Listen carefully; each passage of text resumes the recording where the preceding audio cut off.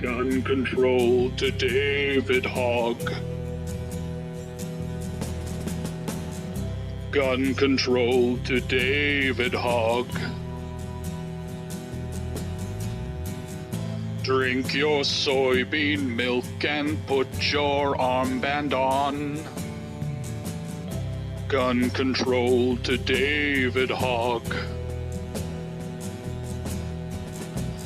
Commencing crisis, smug face on.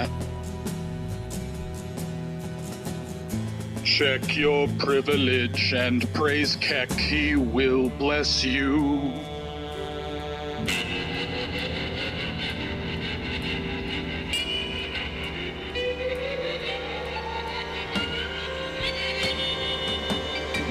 This is gun control to David Hogg. You've never gotten laid, and the papers love that brown shirt that you wear. Now it's time to leave the limelight if you dare. This is David Hogg on gun control. I'm such a media whore, and I'm stumping in a tired and useless way.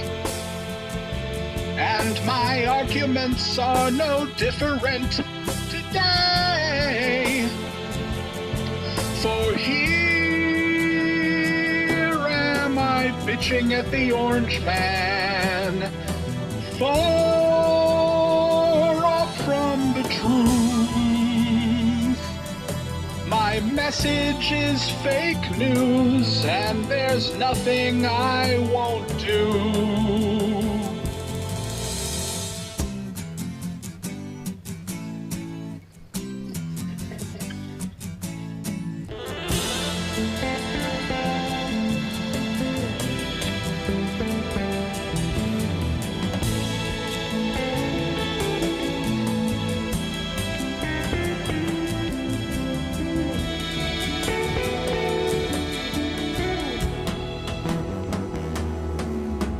Though I've told 100,000 lies, avoiding the red pill, and I see my movement losing very bad. Tell Dana Lash that we're still fighting mad. Gun control to David Hogg, your moment's past. Your facts are wrong. Can you hear me, David Hogg? Can you hear me, David Hogg? Can you hear me, David Hogg? 'Cause we are still following the orange man in his Oval Room. He's president, it's true, and there's nothing you can do.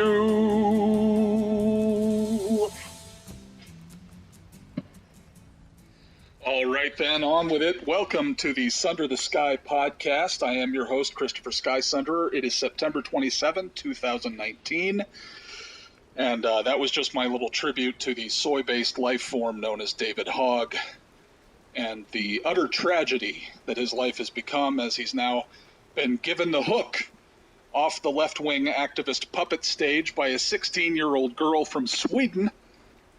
Maybe it was the pigtails, David. You should have come out as transgender. I want to give a shout-out to everybody who's come out in support of me since I posted episode 0 a couple days ago. You guys are awesome. You're great. I love you.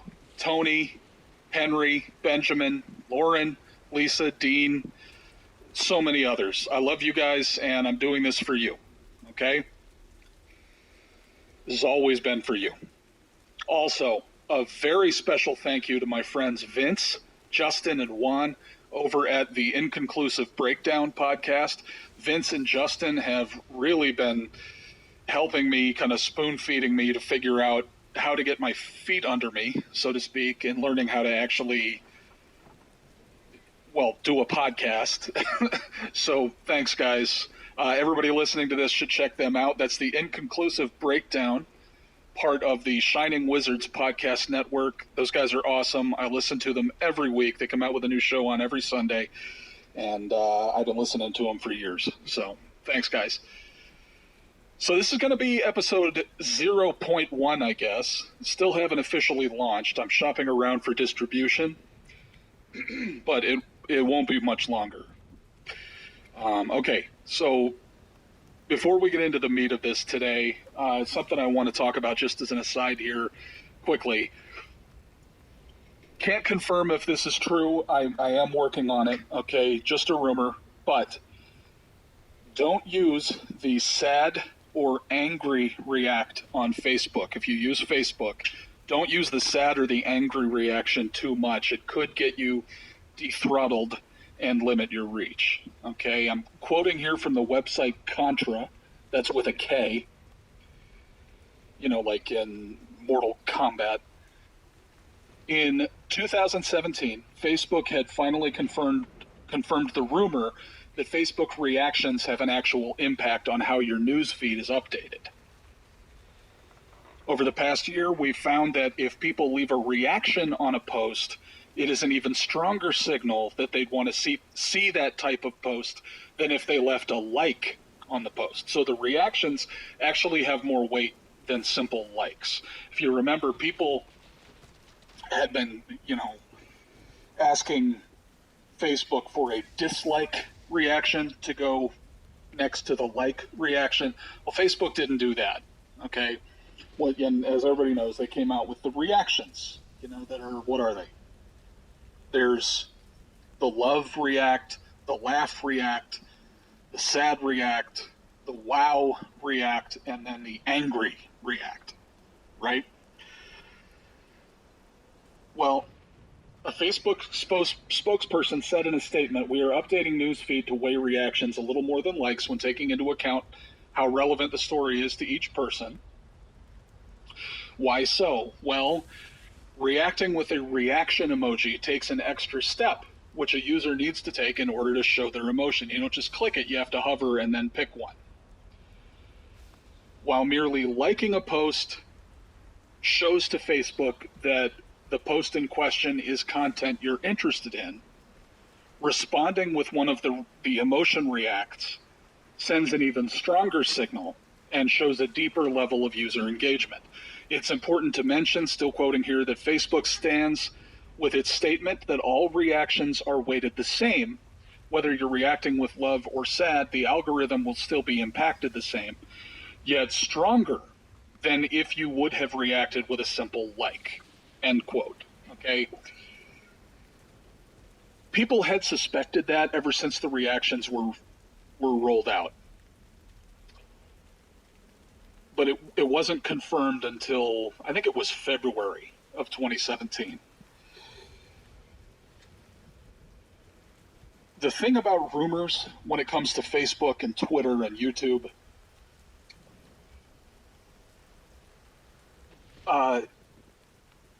rumors tend to go one of three ways generally. One, they get more credible over time. Two, they get less credible over time. Or three, they just remain in this perpetual state of who the hell knows. Okay? Well, here's the current batch of rumors. Okay, and it's important to note that the rumors that have gotten more credible over time have almost always turned out to be true. Now, why that is anybody's guess. Is it that the rumor mill is just that accurate? Or is it because Facebook sees the rumors and says, you know what, that sounds like a good idea, and then implements it? I don't know, okay? But the current rumor that is gaining in credibility as time goes by is that, in particular, the sad and angry reactions, that is the negative reactions, sad and angry, are one, de-throttling your own visibility, okay, making your posts less likely to show up in other people's news feeds, as well as limiting the visibility of the people who posted the stuff you reacted sad or angry to on your feed. Okay? So if you see a post from, I don't know, a friend of yours, and you give it a sad or an angry react, which you might be doing in context in support of what they're saying. If they're saying something in anger, you could be saying something angry to support them. If they're announcing a loved one just passed away, you could be sad reacting to support them. Okay? But Facebook, if this rumor is true, is taking that as a sign that you want to see less posts from that person. Okay? And in general, if you're using sad and angry reacts a lot, just a lot in general, your own visibility on other people's feeds goes down. Okay, now again, this is all just conjecture. It's just rumors.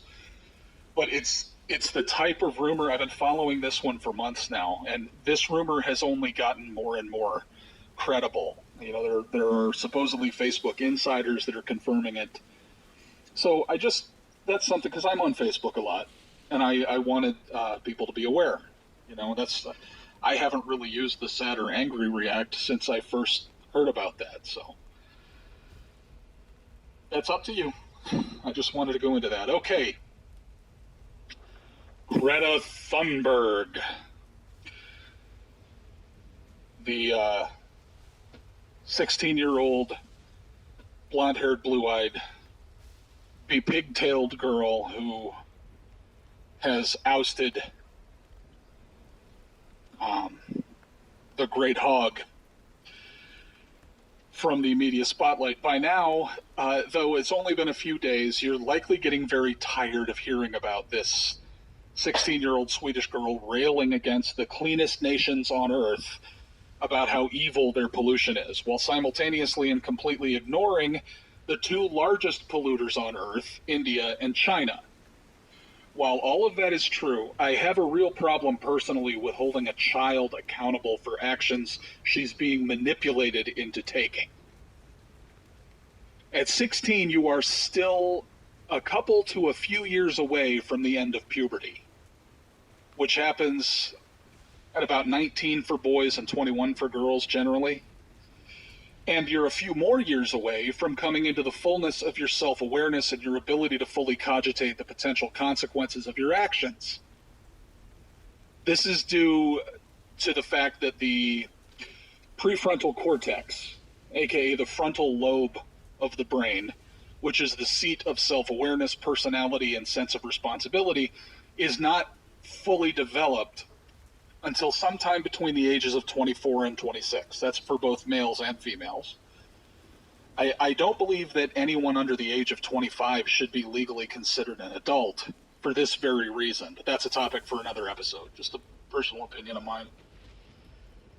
In Greta's case, she's also developmentally disabled, suffering from Asperger's syndrome, the milder end of the autistic spectrum. She is cognitively unable to understand certain emotions and emotional inputs from others, and she will be all her life. What's visibly apparent about Greta is that she is emotional, she's upset about what she seems to perceive as a grave threat to the health of the planetary biosphere, and that she's thoroughly although highly selectively pissed off at the seeming inaction of certain countries toward the address of these issues. And hey, I'm sure she's sincere. Let me be very clear about that. But she's a child. Childhood does not invalidate emotions, but it does, however, present, as I've already mentioned, a critical lack of experience, self-awareness, and comprehension of consequences. But the only part of this, these statements, this position, that's actually coming from Greta is the emotional component. So she is sincere about her part. Okay? The words she's speaking have been written for her. as is apparent by how often she looks down at her script. I mean, right there on camera. She looks down at that script after every phrase. And that's what it is, a script. It is demonstrably true that she has been selected to be the poster child of a media campaign, what Mark Levin would call a pseudo-event. If you've read Levin's book, Unfreedom of the Press, I cannot recommend that highly enough. Even if you know a lot about how the illegitimate press operates, which I do, that's something I've been up on since the 90s, it still opens your eyes to a lot of things. So I recommend that book. Anyway, as far as Greta Thunberg, what's far more important than what she's reading, because that's all boilerplate climate alarmism, but what's far more important than what she's reading is who wrote it and why. Let's go through this impassioned, dramatic reading piece by piece, but I want it to be clear that unless otherwise stated, I am responding to the left-wing elitists who are handling Greta Thunberg. I'm not responding to Greta Thunberg herself. In other words, I'm responding to the script, not to the young actress reading it. Okay, so here we go. This is all wrong. I shouldn't be up here. Okay, right off the bat, credit where it's due. That was the most honest opening to a speech I've ever heard from the left. Kudos on that. This is all wrong, and she shouldn't be up there. Okay, let's go. I should be back in school on the other side of the ocean. Well, let's not get carried away. No child should be in the mandatory indoctrination day camps run by government, regardless of what side of what ocean we're talking about. But you're right, you shouldn't be up there, suspended by puppet strings as you are, to assist in the rise of global communism. That's true. Yet you all come to us young people for hope. How dare you? You have stolen my dreams and my childhood with your empty words. You know, ask your mentor, George Soros, about what he was doing at your age. That strikes me as a story that a young girl from a Germanic nation might be interested to hear. And yet, I'm one of the lucky ones. Sweetheart, you are so unlucky. And for what it's worth, Uncle Thunder here is going to do everything in his power to help you escape the pedophiles who have Pied Pipered you onto the world stage. My honest belief is that they're going down bloodily in the near future. And it's important to all of us over here on the right side of history that we get you away from them before that happens. People are suffering. People are dying.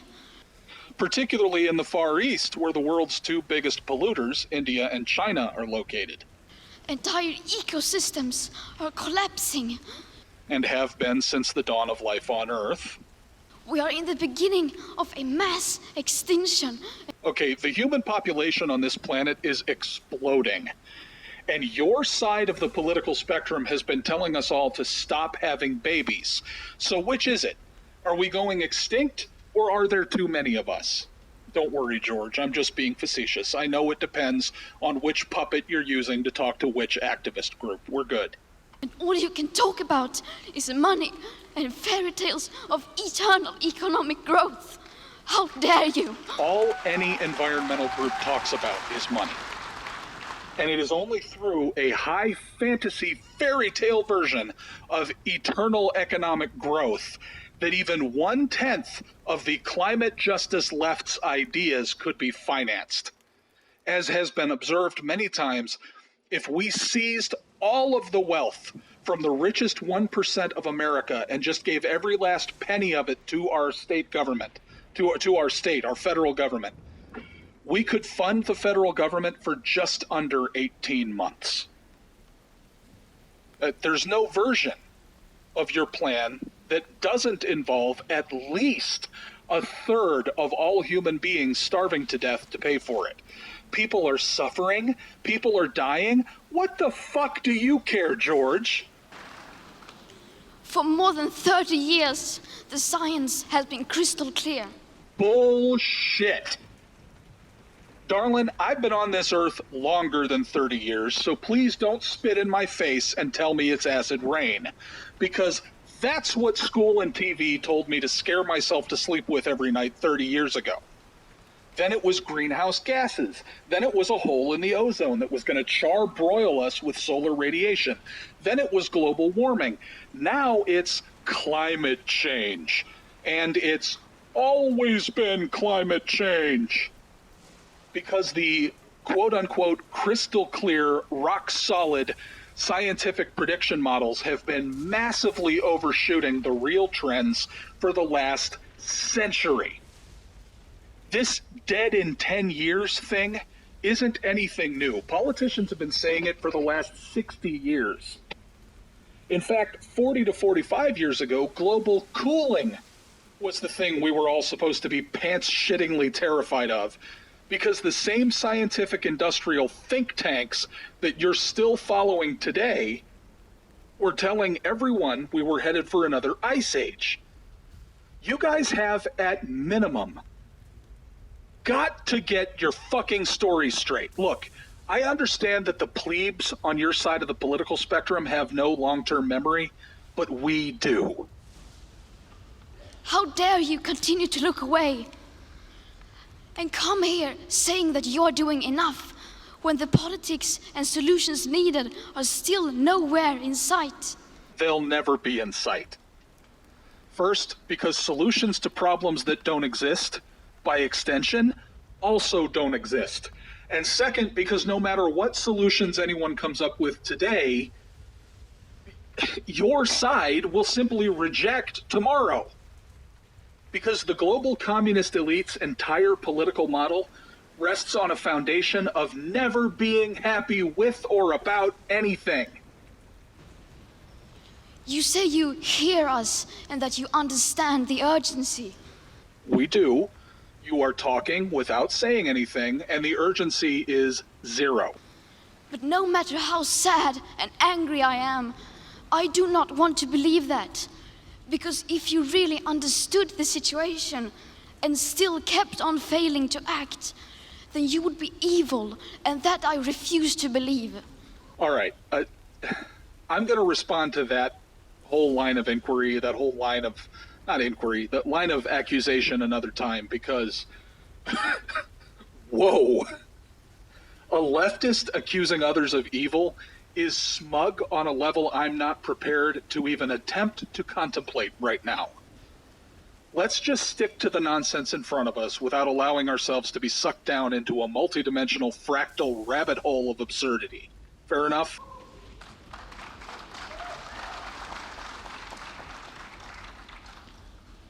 The popular idea of cutting our emissions in half in 10 years only gives us a 50% chance of staying below 1.5 degrees and the risk of setting off irreversible chain reactions beyond human control. I, too, am a fan of the horror genre in fiction. 50% may be acceptable to you, but those numbers do not include tipping points, most feedback loops, additional warming hidden by toxic air pollution, or the aspects of equity and climate justice. They also rely on my generation sucking hundreds of billions of tons of your CO2 out of the air with technologies that barely exist. Crystal clear science, ladies and gentlemen. So a 50% risk is simply not acceptable to us, we who have to live with the consequences. How dare you pretend that this can be solved with just business as usual and some technical solutions? Here we arrive at last at the real crux of this whole thing. Let's get something straight right now. When they say business as usual here, what they mean is every single iota of human endeavor that is not direct government control. This is the eternal cry of the leftist. We don't have room for your precious freedoms anymore. This, insert crisis real or imagined here, is more important than your individual liberties. It's an emergency and you must submit your life to the machinery of the state now. Refusal to submit is evil. Evil! The only thing that distinguishes state action from private action is this: aggression. Aggression I'll define because lots of people have trouble with this concept. That's that government education again. Aggression is the initiation of violent force upon otherwise peaceful people. It is throwing the first punch, firing the first shot, throwing the first stone. If no one ever starts the violence by acting violently, there won't be any violence. Aggression is also defined as the implicit and immediate threat of violence. Not implicit, the express and immediate threat of violence. Okay? If I have a gun and I point it at you, you are now perfectly within your rights to shoot me because I have actively threatened your life. Okay, I've put you in immediate mortal danger. So this is the foundation of all libertarian thought, the non-aggression principle. The thoughtless and reactionary among us who believe that ad hominem attacks and straw men are legitimate debate tactics, read the left, will often conflate the non-aggression principle with pacifism. This is inaccurate. Non-aggression is not non-violence. I've worked as a close combat and self-defense instructor for decades, okay? I have no problem with responding to violence with violence. This is not pacifism. So the only thing that distinguishes state action from private action is, as Stefan Molyneux has observed, the gun in the room. When they talk about taking away your guns, and believe me, we're going to get to that topic, they're threatening you by saying that, because how are they going to take the guns? Well, they're going to send men with guns to come get your guns. Okay, so people who believe in gun control are not against gun violence. They just want all the gun violence to be on their behalf, driving their political motives, okay? Or driven by their political motives, I should say. As a private individual, I cannot have one smidgen of your property, be it physical, intellectual, or temporal, that is your stuff, your skills, or your time, unless you voluntarily agree to give it to me. In order to convince you to do that, my best shot will tend to be to offer you something of my own property, skills, and or time in exchange. This is the basis of capitalism. The pitfall that socialist thought falls into is in hearing the word capitalism and interpreting it to mean moneyism. This is inaccurate. Capital is anything which has value for which people are willing to trade without coercion. The socialist says the problem with capitalism, with a capitalist system, is that it only works if everyone has lots of money. But that's not true. What's true is that capitalism only works if everyone has lots of capital, which is fortunate because we all do. Your skills, your interests, your time, your energy, your hair, for God's sake, is all capital. A purely capitalist system allows for anyone to find someone who is willing to trade something they have but don't need for something they need or want but don't have. Okay? All money is a simplified system of value units so that we don't have to stand there in the street trying to figure out how many chickens a cow is worth, all right, or how many piano lessons a car is worth. That's it. That's all capitalism is. I don't even like the word capitalism. That word was invented and coined by Karl Marx, the father of socialist theory. Okay, capitalism is really, I mean, he was trying to turn it into an ism to make it sound bad. It's really just what happens when people aren't using violence against each other. It's just commerce. It's not an ism. If you want a brand new Lamborghini Aventador, that's a 6-figure car. All that is required is that you invest your time and energy in engaging in enough voluntary exchanges with other willing parties to make it happen. You know, there was a great website a couple years ago called One Red Paperclip. I don't know if you guys have ever seen it. But there was a guy, he literally turned a single red paperclip into an $80,000 house for himself just by trading up with people. He found someone who valued the paperclip more than a pencil he had. I think that's what it was, and traded. Then the pencil was traded for something slightly bigger, and on until he was finally trading something for a house. He could have kept going. He stopped at a house. There's always a better deal out there. Someone who has something a little bit better for you than what you're holding, who is willing to trade for it. You factor in the concept of investment into the voluntary engagements of other persons or companies, and there are literally no limits to what literally anyone who understands basic math can accomplish. That is why capitalism has been the greatest and to date only system to successfully lift millions of people out of abject poverty into prosperity. The people who see capitalism as, well, it's just money, it's all about money, meh. Well, that's what it is to them, it's all about money. Because they're lazy.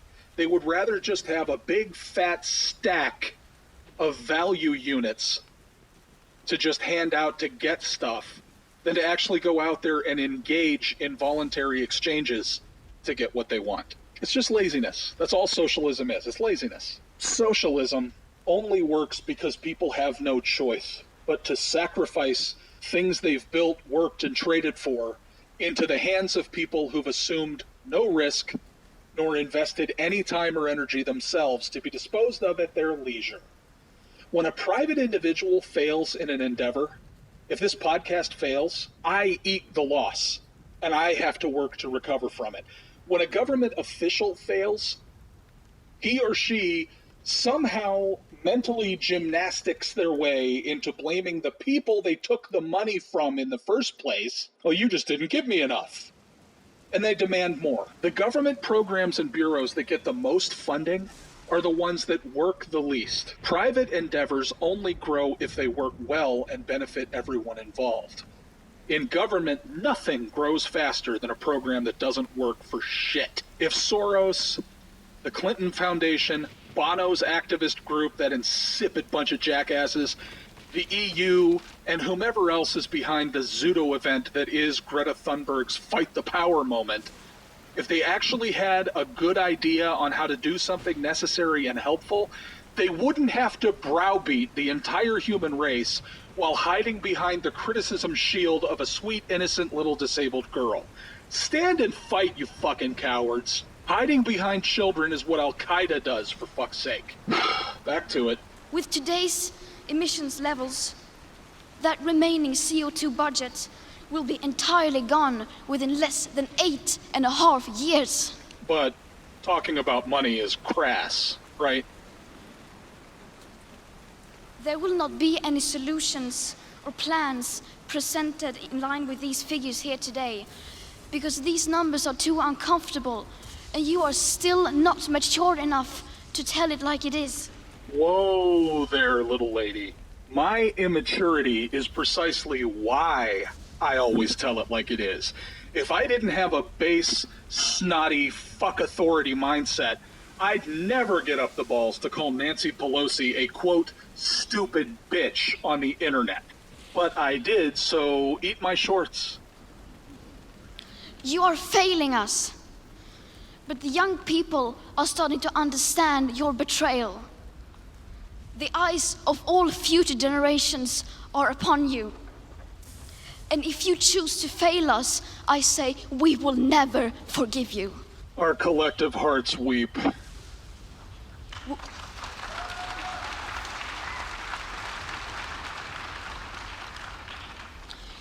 We will not let you get away with this. Right here, right now, is where we draw the line. Ooh. The world is waking up. And change is coming, whether you like it or not. I'll take things a totalitarian madman would say for 1,000, Alex. Thank you.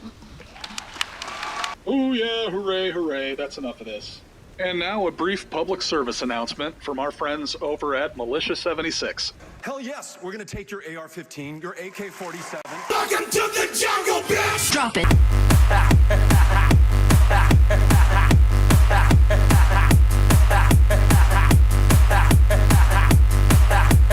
You will never get this.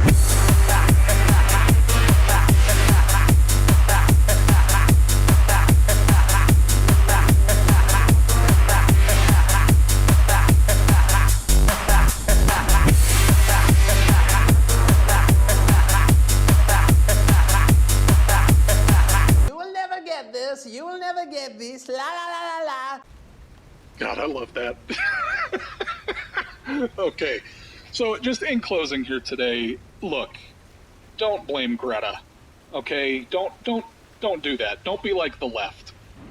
All right, don't start kicking a little, this disabled kid. She's 16. All right, so she's not a little child, but she's not an adult yet either. Come on. Don't be, I remember Nick Sandman, same exact age, 16 years old. All he did was stand there and keep his cool while this strung out 900-year-old meth head walked up to him, beating a drum in his face, chanting something. Okay, he kept his cool and he just stood there and smiled. And the entire left tried to destroy this kid. Destroy him, utterly. Okay? Who was that little girl? I can't remember her real name. I wish I could. Minnie AOC, who did the little parodies where she put on glasses and mocked Alexandria Ocasio-Cortez. She had to quit YouTube because she was getting death threats from the left. Okay? I mean, I could go on and on. It's Barron Trump, for God's sake, was 10 years old when there was a Twitter storm over, I can't remember the actor's name, the guy who played Mephisto in the Ghost Rider movie. It's not, I mean, I know he's a famous actor, I just can't think of the name, I'm getting old. He actually went on Twitter and said he thought it would be great if a bunch of big burly pedophiles would kidnap Barron Trump and rape him to death.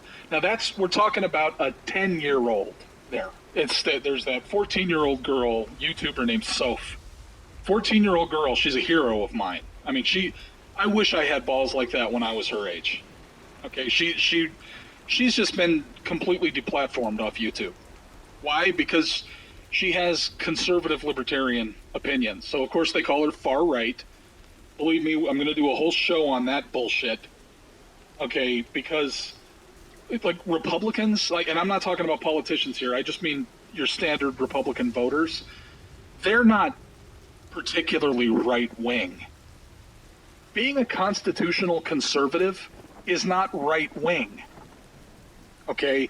The left calls it right-wing because they're so far left. You guys know what the Overton window is, I'm assuming. Okay, it's the window of things that are acceptable to talk about in public discourse.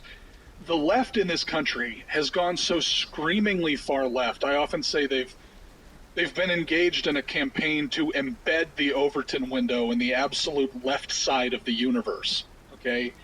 And then they look back at the center position and call it far right. And then you've got the Republican Party, and now I am talking about the politicians. They're not right-wing. They're not even centrist. They're also leftists. They're just not as far left as the Democrats. But they're a bunch of toothless, spineless, gutless wonders who do nothing. Nothing. So when I say, we should resist the left, I'm not endorsing the Republican Party either. It's just the Republican Party is a lifeless lump that doesn't do anything, okay? And it's the left, it's the Democrats that are actively trying to destroy our civilization. Fuck the country. I'm not talking about the nation, although they are trying to destroy that. They're trying to destroy the first world. They're trying to destroy civilization on Earth. Now, my point really, don't beat up on Greta. my point with that whole thing is you should also spend some time contemplating this, okay? Lots and lots of adults on the left were once Greta Thunbergs. Maybe not with that much media visibility, but they were people taken in. They were little kids that were taken in by far left parents, school teachers. My God, the school system. It's, you know what I'm saying. And the left-wing message is embedded in our culture. It's everywhere you look. The media saturates your brain with it. It's on the radio, it's on the TV, it's all over the internet, it's in the music, it's in the movies and TV shows. It's in advertisements for restaurants, for God's sake. Okay, so yeah, a lot of these people were taken in just like Greta's being taken in.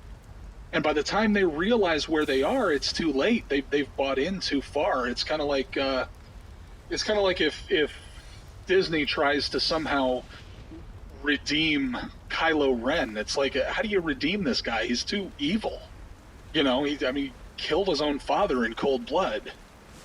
You know, but then you think about, well, I believe everyone can be redeemed. I am a Christian. Okay, I don't beat people over the head with my religion. I just kind of use it to guide my own life. And if people ask me, I tell them. Okay, and I talk to it on request. I don't talk to it when unsolicited. Okay, but just for the purposes of this conversation, I mention it because I do believe everyone is redeemable. Everyone can be changed and saved. Everyone can change their mind. Okay, everyone can, but not everyone will, because only the person themselves can actually change their minds. And when you're a little kid, particularly one with autism, man, you're up against it to figure out what's right and act accordingly. Particularly in that situation where you're surrounded by some of the biggest, most venomous snakes on the planet. So let's go easy on Greta, okay? Let's not be like them. Go after the people puppeteering her. All right, and yeah, that's really all I've got for today. Thanks for tuning in, and we'll talk to you again soon. The proposal is that the developed countries, in addition to establishing a fast start fund of $10 billion a year, should band together and lend $100 billion worth of these SDRs for 25 years to a special green fund. Shut up, bitch!